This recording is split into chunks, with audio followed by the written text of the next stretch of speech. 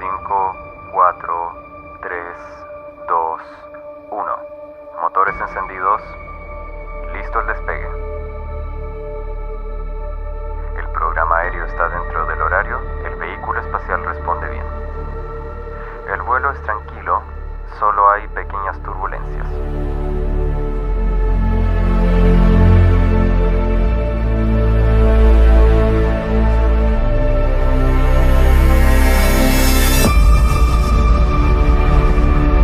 Contemple nuevamente este punto. Eso es aquí, es nuestro hogar, eso somos nosotros.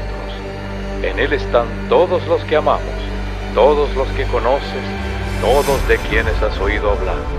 Cada joven pareja enamorada, cada maestro de moral, creadores y destructores de la civilización, cada santo y pecador en la historia de nuestra especie ha vivido allí, en esa mota de polvo suspendida en un rayo de sol. Quizás no haya mejor demostración de la locura de la presunción humana que esta imagen distante de nuestro pequeño mundo.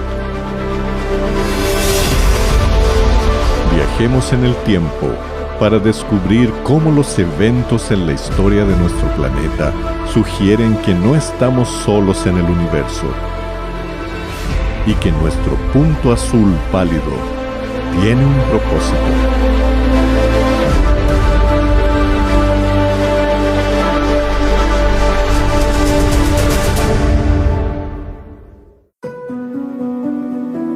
Hace miles de años, en un área ahora conocida como la cuna de la civilización, un ambicioso rey tuvo una experiencia que moldearía el mundo en el futuro. Babilonia fue la ciudad más grande de la tierra y su legado sigue vivo.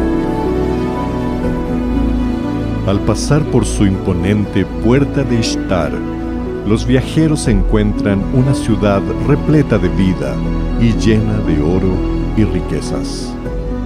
Esta joya de la antigüedad era la envidia del mundo. Cualquier visitante de Babilonia, en el apogeo de su poder, quedaría absolutamente asombrado por el espectáculo de su arquitectura y por el hecho de que allí, reunidos en la ciudad, había personas de todo el mundo. Era una verdadera metrópoli. Babilonia se proclamó a sí misma como la primera ciudad del mundo, la primera ciudad que los dioses habían creado. Y esta presunción reflejó el hecho de que en verdad era una metrópoli de un orden y escala que el mundo jamás había visto. Una noche, el rey Nabucodonosor de Babilonia fue despertado por un sueño inusual. Un joven esclavo hebreo de nombre Daniel fue llamado para interpretar el sueño. Daniel, como muchas personas en el mundo antiguo, creía que los sueños eran significativos y que Dios se comunicaba o los dioses se comunicaban a través de los sueños. Y Daniel creía que su Dios, el Dios de los hebreos, sabía el significado y la interpretación de este sueño. En su sueño, el rey vio una estatua gigante hecha de oro, plata, bronce y hierro, con los pies de hierro mezclados con barro. Daniel reveló que cada metal representaba un poderoso imperio que comenzaba con Babilonia como la cabeza de oro, y predijo con precisión el surgimiento y la caída de los imperios.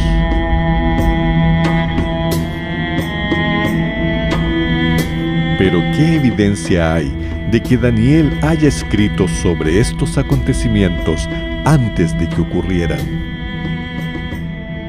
Los rollos del Mar Muerto contienen secciones de los escritos de Daniel y datan del siglo II a.C. El historiador judío Flavio Josefo cuenta que los escritos de Daniel fueron presentados a Alejandro Magno cuando visitó Jerusalén en el siglo IV a.C. Y los estudiosos señalan que el arameo usado en el libro de Daniel calza perfectamente con el arameo usado en el siglo VI a.C. La primera vez que oí hablar de este sueño, debo admitir que estaba escéptico. Me refiero a que es difícil creer que más de 2000 años de historia humana fueron relatadas de antemano en un sueño de 150 palabras. Y me enfrenté a la idea de que o bien estamos lidiando con algo que podría ser un engaño, una mentira, o hay algo sobrenatural que está en juego. Daniel había predicho que un imperio representado por el pecho y los brazos de plata se alzaría para conquistar Babilonia. En el apogeo del dominio babilónico, Daniel predijo que se levantaría un reino inferior.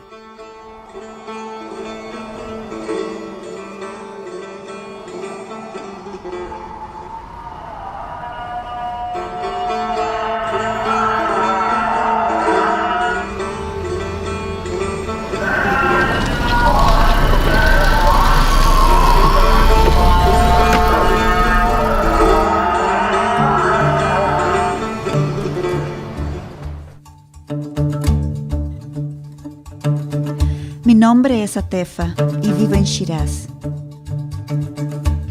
Es una de las ciudades más bellas de Irán, conocida por sus jardines y poetas. En mi tiempo libre me encanta tomar fotos. Como mujer musulmana, me siento asombrada cuando vengo a esta mezquita. Musulmanes, judíos y cristianos consideran a Daniel como un profeta sagrado. Y hace más de 2000 años, un conquistador se alzaría desde el este para liderar una lucha contra el poderoso imperio de Babilonia. Durante algunos años antes de la caída de Babilonia, los babilonios sabían que el rey de lo que llamaban Parsu o Persia, un hombre llamado Ciro, estaba conquistando grandes partes del mundo más allá de sus fronteras. Después de unirse con sus vecinos los medos, Ciro lideró los 2 ejércitos combinados en una serie de victorias famosas, dejando su nombre en alto como una estrella en ascenso. Pero su ascenso no estaría completo sin la toma de Babilonia. Heródoto retrata a Ciro como el modelo de un gran conquistador y retrata a Babilonia como la mayor conquista de Ciro, el premio supremo. Y era el premio supremo porque era el hueso más duro de roer. Babilonia era una poderosa fortaleza. Sus enormes paredes, con zanjas profundas y puertas imponentes, hacían imposible que cualquier fuerza invasora la conquistara. Enfrentados por muros que no se podían romper, las tropas persas identificaron el río Éufrates como el punto de entrada. Desviando su cauce río arriba, las tropas de Ciro pudieron marchar a lo largo del lecho del río, por debajo de las puertas y hacia el corazón de la ciudad.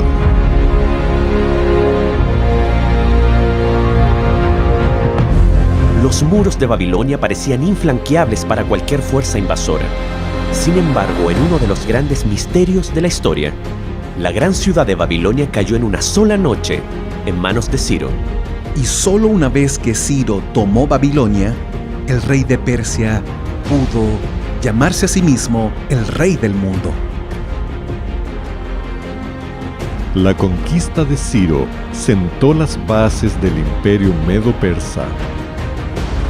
Su gran conjunto de palacios todavía se pueden ver en la actualidad.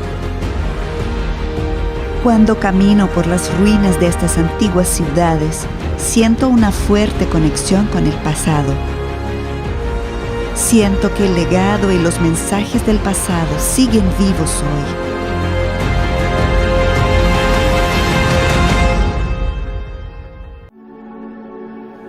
Después de conquistar lo que parecía ser el mundo entero, Ciro murió en batalla. Su tumba es un testimonio permanente de su legado. Hoy Ciro todavía es reconocido como uno de los más grandes héroes de nuestro país. El imperio que creó se construyó sobre el respeto a los demás y el deseo de una paz duradera. Creo que es lo que todos queremos.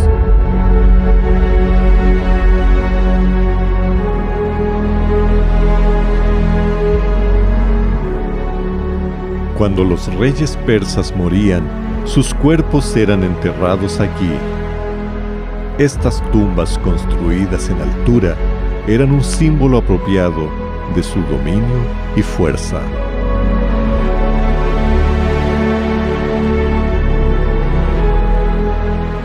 Pero aquí hay una tumba inconclusa.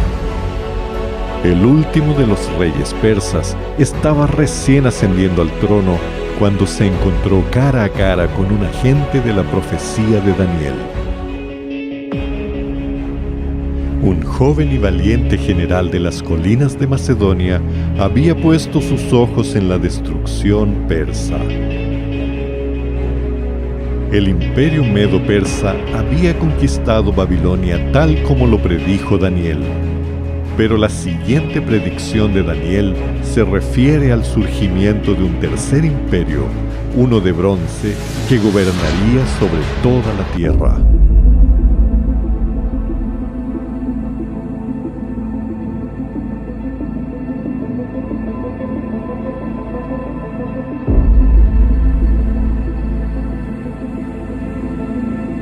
Escalar aquí es una especie de tradición, se traspasa de padre a hijo.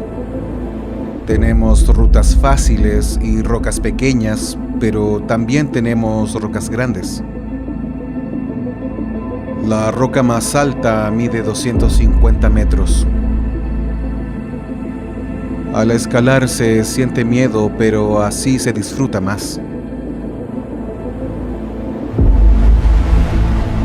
Antes de seguir subiendo, suelo tomar un poco de aire. Es tranquilo allá arriba. Puedes sentir la soledad.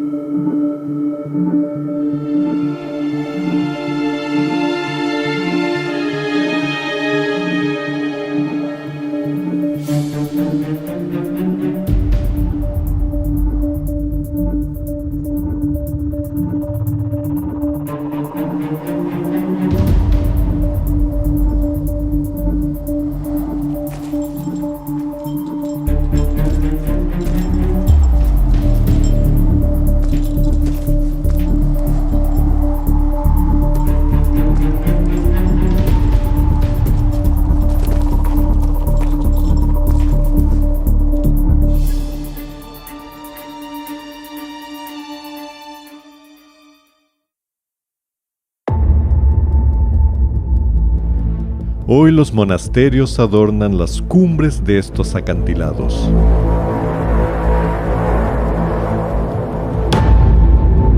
En el siglo XIV, un monje solitario llamado Barlaam escaló estas empinadas paredes de roca para construir un monasterio.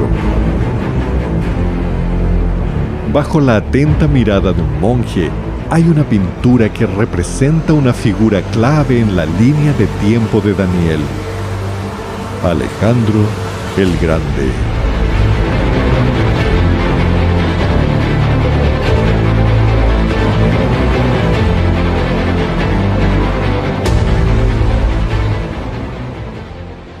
Alejandro nació en el pequeño estado de Macedonia.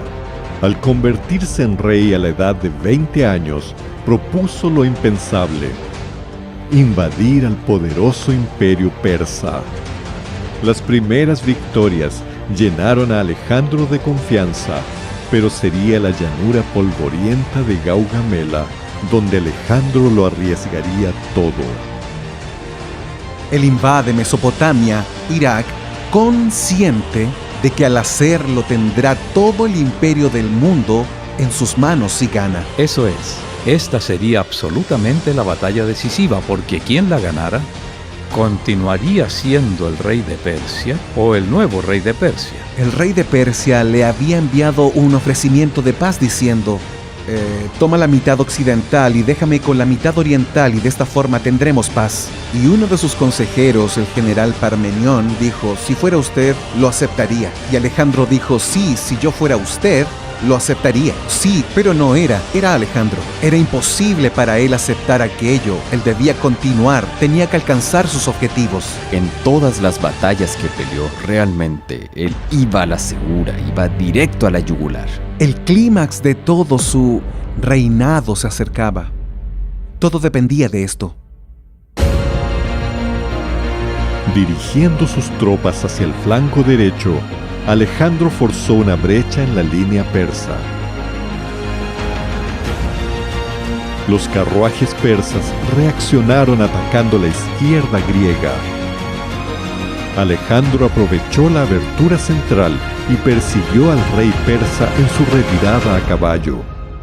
Aunque era superado en número en suelo extranjero, Alejandro obtuvo una famosa victoria. Él provocó la caída de un imperio y el surgimiento de otro. El Imperio de Plata fue reemplazado por el Imperio de Bronce, tal como Daniel había dicho que ocurriría. En cierto sentido, Alejandro era un oponente aterrador, manchado de sangre, y no debiéramos romantizarlo. Él mató a muchas personas, y su grandeza se levantó entre la sangre de mucha gente.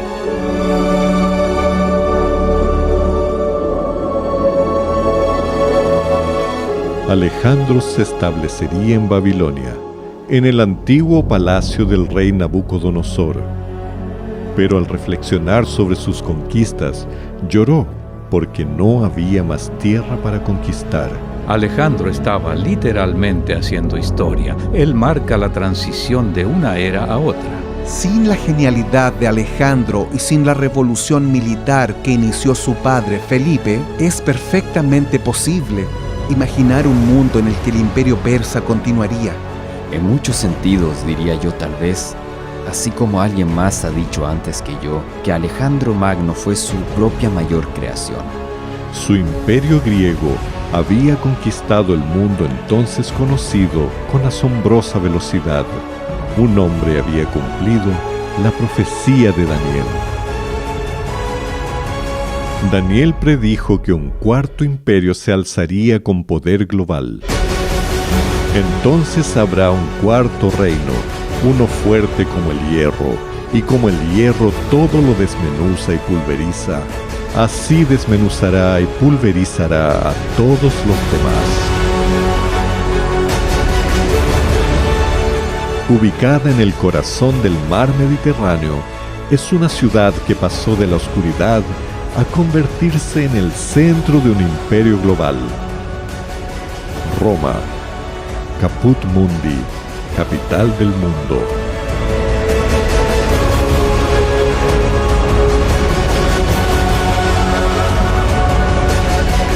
Las maravillas arquitectónicas siguen de pie, símbolos duraderos de fuerza y ambición.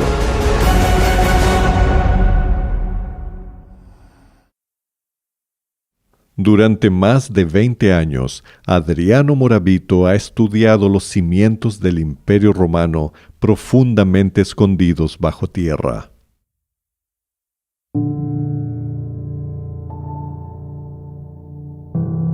Mucha gente viene a Roma para visitar lo que está sobre el suelo, pero lo que permanece bajo tierra es mucho más.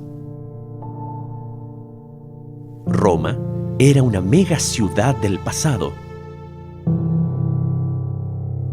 La grandeza del Imperio Romano se debe a la red de caminos que fueron hechos para conquistar los diferentes territorios y a la construcción de acueductos apropiados para cada ciudad.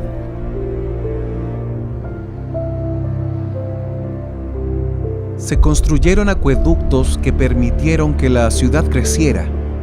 Y también se construyeron caminos, y los caminos se construyeron esencialmente, si se prefiere, como hilos de una red desparramados en el territorio conquistado. Hay un dicho popular muy conocido que dice que todos los caminos conducen a Roma, pero creo que sería mejor decir que todos los caminos salen de Roma. los caminos romanos llevaron suministros y soldados a los confines del imperio, provocando masacres y brutalidades donde quiera que fueran. Cuando los ejércitos occidentales lanzan ataques, se jactan de las pocas bajas que ellos han infligido. Cuando Julio César fue a Galia, se jactó de cuántos había matado. Pero el derramamiento de sangre no se restringió a tierras extranjeras. Los animados espectadores se reunían en el Coliseo para observar cómo miles de personas eran asesinadas violentamente. En muchos sentidos, la arena es la institución romana por excelencia. Esta fue una expresión de su virilidad, de su superioridad sobre el mundo bárbaro y sobre el mundo natural. En el apogeo del Imperio Romano, aproximadamente 1 de cada 5 personas en el planeta vivía y moría bajo el gobierno del emperador. Sus fronteras se extendían desde el norte de África hasta Britania. Por el año 476 después de Cristo, las invasiones bárbaras habían reducido las fronteras del Imperio Romano a un tamaño que no se había visto en 6 siglos. Había depredadores en las fronteras y los romanos los llamaban bárbaros. Muchos de ellos fueron dominados por los romanos y perdieron su libertad ante ellos y obviamente se molestaron y odiaron eso. Ellos fueron capaces de tomar posesión de vastos territorios de lo que había sido el Imperio Romano.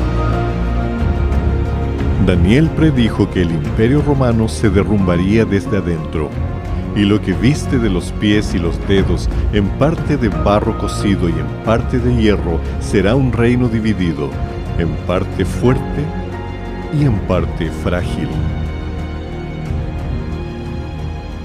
Las tribus bárbaras dividieron el Imperio Romano y estas nuevas naciones sentarían las bases para la Europa futura. Para los europeos, Roma era el fantasma que no desaparecería. Y cuando llegó el momento en que el gobierno de los Césares se vino abajo, hubo personas que intentaron restaurarlo.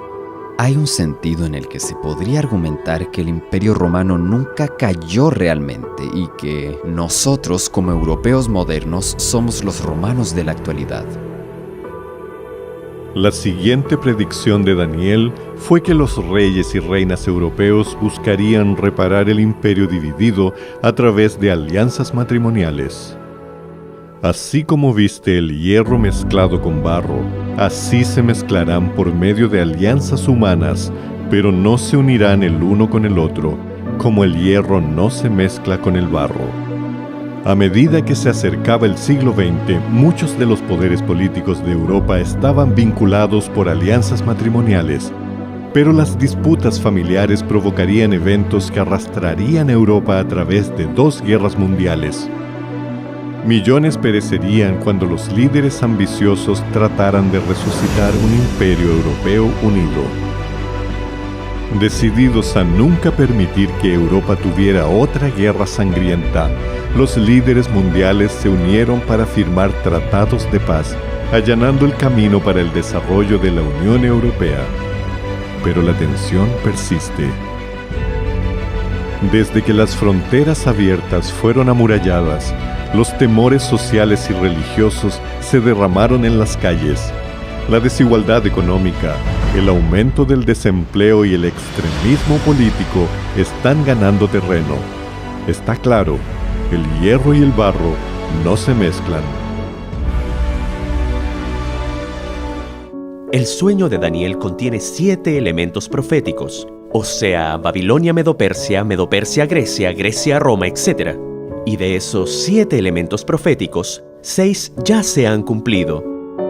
Ahora, solo la fuerza de la lógica y de las probabilidades sugeriría que si han sucedido 6 de los 7 elementos proféticos, es muy probable que el 7º también ocurra.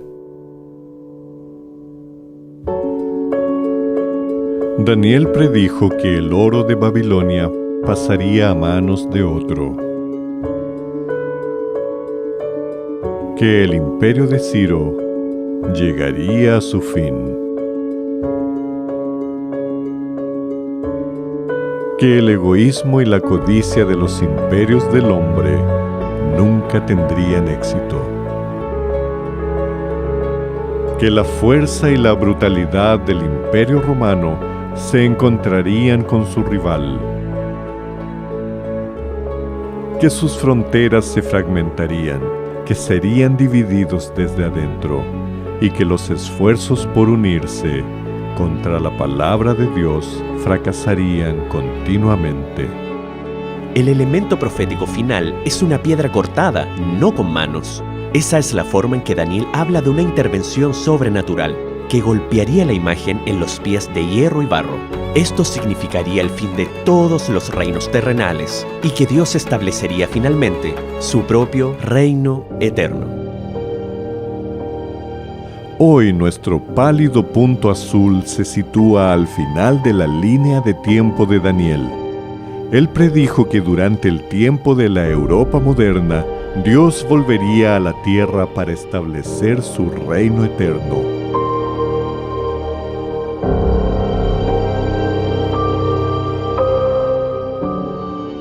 La Tierra es un escenario muy pequeño en una vasta arena cósmica. Piensa en los ríos de sangre derramados por todos esos generales y emperadores para que en gloria y triunfo pudiesen convertirse en maestros momentáneos de una fracción de este punto.